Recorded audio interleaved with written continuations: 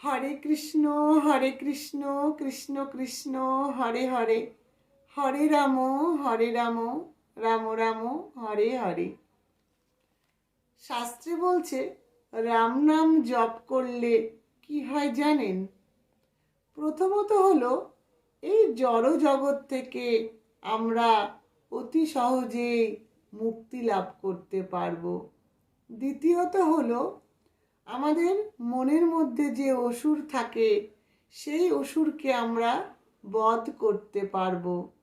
তৃতীয়ত হলো আমাদের মনের ময়লা দূর করতে পারবো, অর্থাৎ আমাদের মনের মধ্যে যে জঞ্জাল বাসা হয়ে থাকে সেই সমস্ত জঞ্জাল ময়লা আমরা অতি সহজেই দূর করতে পারবো রাম নামের দ্বারা।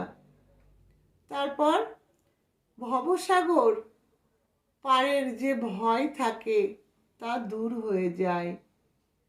আর সবশেষে গুরুত্বপূর্ণ কথাটি হলো রাম নাম জপকারীকে দেখে যমদূতগণ মৃত্যুর সময় কি করবে জানেন? রাম নাম জপকারীকে দেখে ভয়ে পালিয়ে যাবে। তাই আপনি যদি ভগবানের নাম জপ করতে করতে মৃত্যুবরণ করেন বা সারা জীবন যদি এই নাম জপ করতে পারেন, তাহলে মৃত্যুর সময় যমদূতেরা আপনাকে ছুঁতেও পারবে না। তাই বলবো সর্বদা ভগবানের নাম জপ করুন, এতে আপনারই মঙ্গল হবে। হরে কৃষ্ণ।